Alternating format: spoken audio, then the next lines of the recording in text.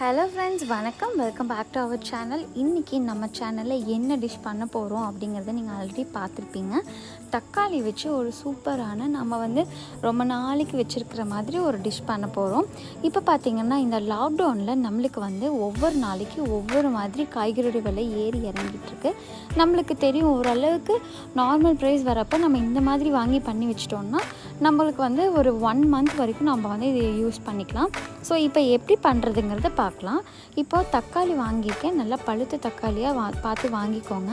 அதையே வாங்கி நல்லா தண்ணியில் வாஷ் பண்ணி கொஞ்ச நேரம் ட்ரை பண்ணி நல்லா தண்ணியெல்லாம் இல்லாத மாதிரி கொஞ்சம் எடுத்து வச்சுட்டு, எப்போ பண்ணுறீங்களோ அந்த டைமில் நீங்கள் 2 ப்ரொசீஜரில் பண்ணலாம். நான் இன்றைக்கி பிளான்ச்சிங் மாதிரி, அதாவது தண்ணியில் நல்லா கொஞ்சம் சூடான தண்ணியில் தக்காளியெல்லாம் போட்டு ஸ்கின் எல்லாம் பீல் பண்ணி அரைக்க போகிறேன். இன்னொரு ப்ரொசீஜர் பார்த்திங்கன்னா, எண்ணெயில் கொஞ்சம் ஸ்கின் பீல் ஆகிற வரைக்கும் நம்ம கொஞ்சம் வதக்கி எடுத்துட்டு அந்த மாதிரி கூட பண்ணலாம்.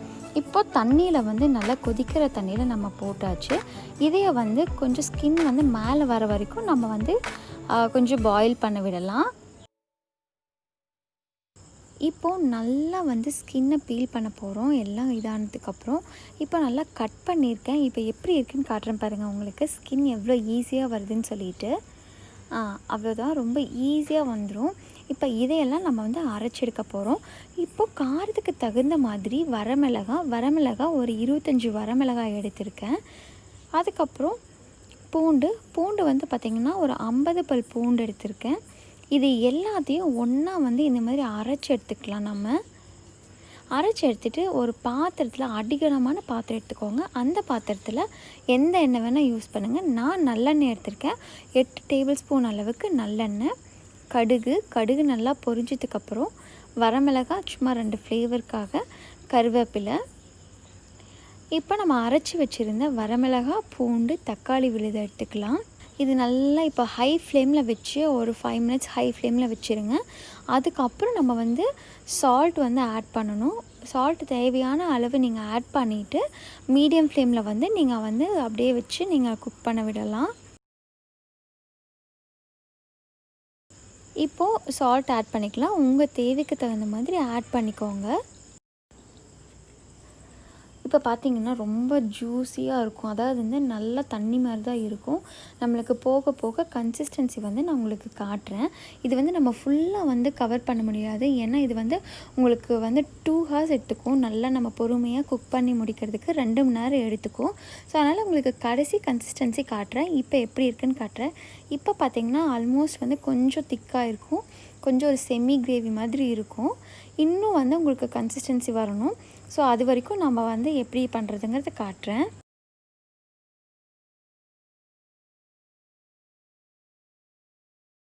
இப்போது நம்ம இதை இன்றைக்கி கிளறிட்டே இருக்கணும் அப்படிங்கிறது கிடையாது.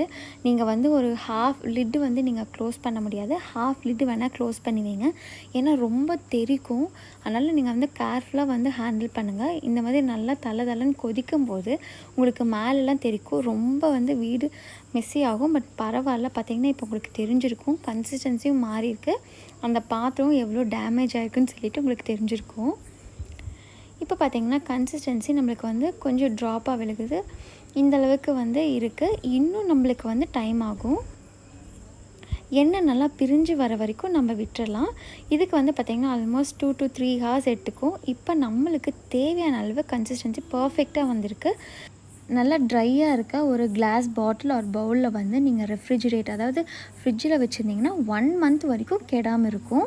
இந்த தொக்கு சப்பாத்தி, ரைஸ், இட்லி, தோசை எல்லாத்துக்குமே ஒரு பர்ஃபெக்டான காம்பினேஷனாக இருக்கும். ஸோ கண்டிப்பாக எல்லோரும் ட்ரை பண்ணுங்கள். ட்ரை பண்ணிவிட்டு நம்ம சேனலை இன்னும் சப்ஸ்கிரைப் பண்ணலையா, மறக்காமல் ஜேஎஸ் கிச்சன் சேனலுக்கு சப்ஸ்கிரைப் பண்ணுங்கள். தேங்க்ஸ் ஃபார் வாட்சிங்.